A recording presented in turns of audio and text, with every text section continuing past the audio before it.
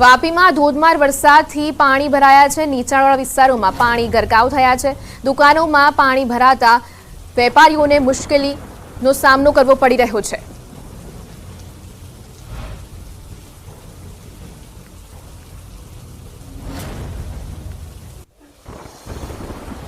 વલસાડના ધરમપુરમાં જામ્યો છે વરસાદી માહોલ। ભારે વરસાદથી નદીઓ તોફાની બની છે। અતુલ નજીક પાર નદીમાં પૂરની સ્થિતિ સર્જાઈ છે। ધરમપુરની તાન અને માન નદી પણ બે કાંઠે વહેતી થઈ છે। સતત વરસાદથી જનજીવન પણ પ્રભાવિત થયું છે।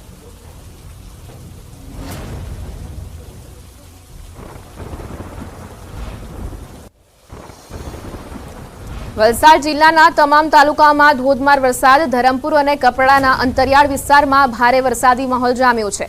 જિલ્લાની તમામ નદીઓ તોફાની બની। અનેક જગ્યાએ લો લેવલ કોઝવે અને નાના પુલ પર પાણી ફરી વળ્યા। લો લેવલ બ્રિજ પાણીમાં ગરકાવ થયા હતા। ઘણા ગામોનો કલાકો સુધી સંપર્ક કપાયો હતો। ધરમપુરમાં ભારે વરસાદથી નદીઓ તોફાની બની હતી।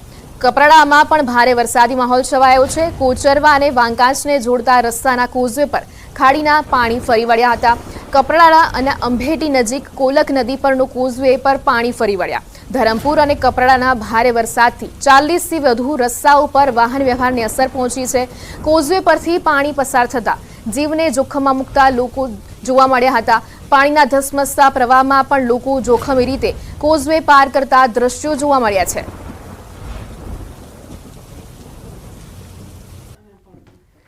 તમને તાપીમાં આવેલા માંડવા ધોધ વિશે ભાગ્યે જ ખબર હશે। આજે અમે તમને બતાવીશું ગાઢ જંગલોની વચ્ચે આવેલા આ છુપા ધોધ વિશે।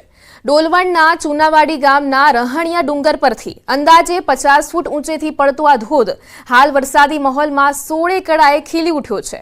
પ્રકૃતિ સૌંદર્ય વચ્ચે ધોધનો આહલાદક નજારો માણવા પર્યટકો નહીં પણ સ્થાનિકો ઉમટી પડે છે। આ સ્થાનિક આદિવાસીઓ માટે આસ્થાનું કેન્દ્ર પણ છે, કારણ કે અહીં ડુંગર ઉપર મોટા મોટા પથ્થરોની શિલાઓ નીચે વર્ષો જૂની એક પ્રાચીન ગુફા પણ આવેલી છે, જ્યાં આદિવાસીઓનું દેવસ્થાન હોવાનું માનવામાં આવે છે।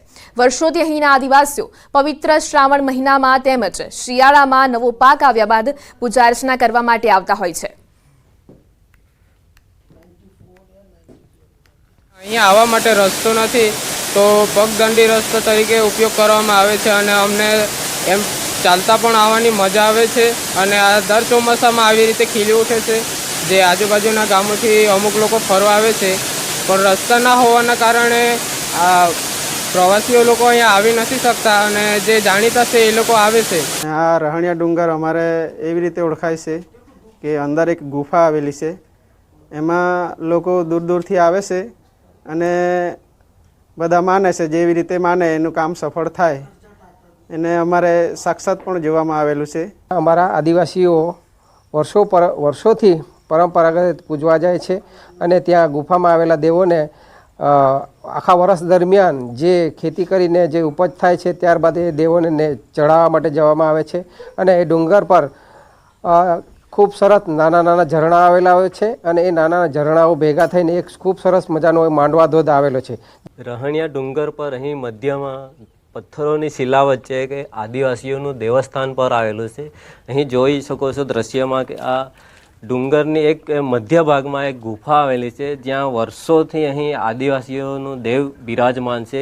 કહેવાય છે કે અહીં આદિવાસીઓ ખાસ કરીને ચોમાસા દરમિયાન જે નવા પાક ઉતરે છે એને ચડાવવા માટે અહીં આસપાસના ગામો સહિત દૂર દૂરથી આદિવાસી શ્રદ્ધાળુઓ અહીં પૂજા અર્ચના માટે આવતા હોય છે। અને કહેવાય છે કે આ ગુફા લગભગ જોવા જઈએ તો 20થી 25 ફૂટ જેટલી લંબાઈ ધરાવે છે। જો કે ગુફામાં હાલ ચોમાસાનો માહોલ હોય જઈ શકાય તેવી પરિસ્થિતિ નથી, જો કે અહીં વર્ષોથી અહીં પરંપરાગત રીતે આદિવાસીઓ આ ગુફામાં જે દેવ બિરાજમાન છે તેમની પૂજા અર્ચના કરતા આવ્યા છે। હેમંત ગામિત, ન્યૂઝ 18 ગુજરાતી, તાપી। તાપીના ડોલવણ તાલુકાના ચુનાવાડી ગામે ગાઢ જંગલોમાં આવેલો માંડવા ધોધ જે હાલ ચોમાસાની ઋતુમાં સક્રિય થયો છે।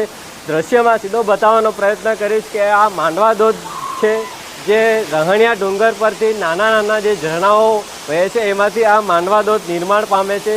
વાત કરીએ માંડવા ધોધની તો અહીં સુધી પહોંચવા માટે 3 થી 4 કિલોમીટર જેટલું જંગલમાંથી પગપાળા આવવું પડે છે, જે એક સહેલાણીઓ માટે એક રોમાંચક અનુભવ કરાવી શકે તેમ છે.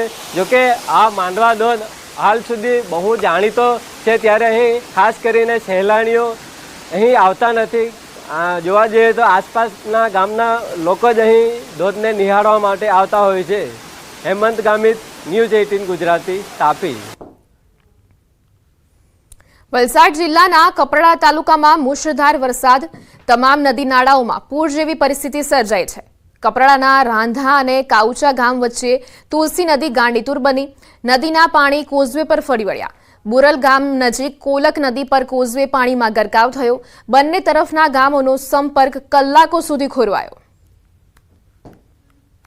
તો કપરાડા તાલુકામાં મુશળધાર વરસાદ, જેના કારણે કોઝવે પર પાણી ફરી વળ્યા અને બંને તરફના ગામોનો સંપર્ક કલાકો સુધી ખોરવાયો હતો.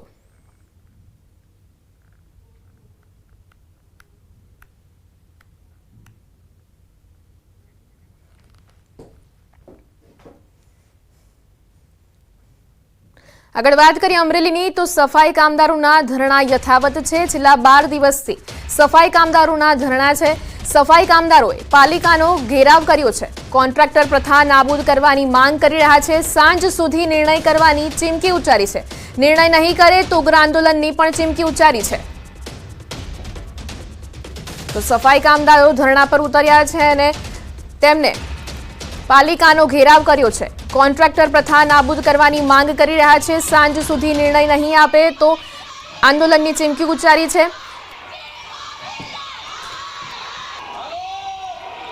સફાઈ કામદારો છેલ્લા 12 દિવસથી ધરણા ઉપર છે અને કોન્ટ્રાક્ટર પ્રથા નાબૂદ કરવા માટે હાલ ધરણા પર ઉતર્યા છે. સાંજ સુધી નિર્ણયની ચીમકી ઉચ્ચારી છે.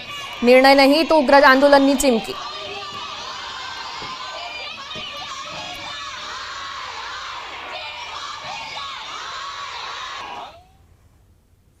અમરેલી શહેરની દયનીય સ્થિતિ સામે આવી છે.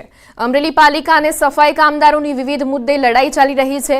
છેલ્લા 10 દિવસથી સફાઈ કામદારોએ સફાઈ કામ બંધ કરી હડતાલ પર ઉતરી આવ્યા છે, જેના કારણે અમરેલી શહેરમાં ગંદકીનું સામ્રાજ્ય ફેલાયું છે.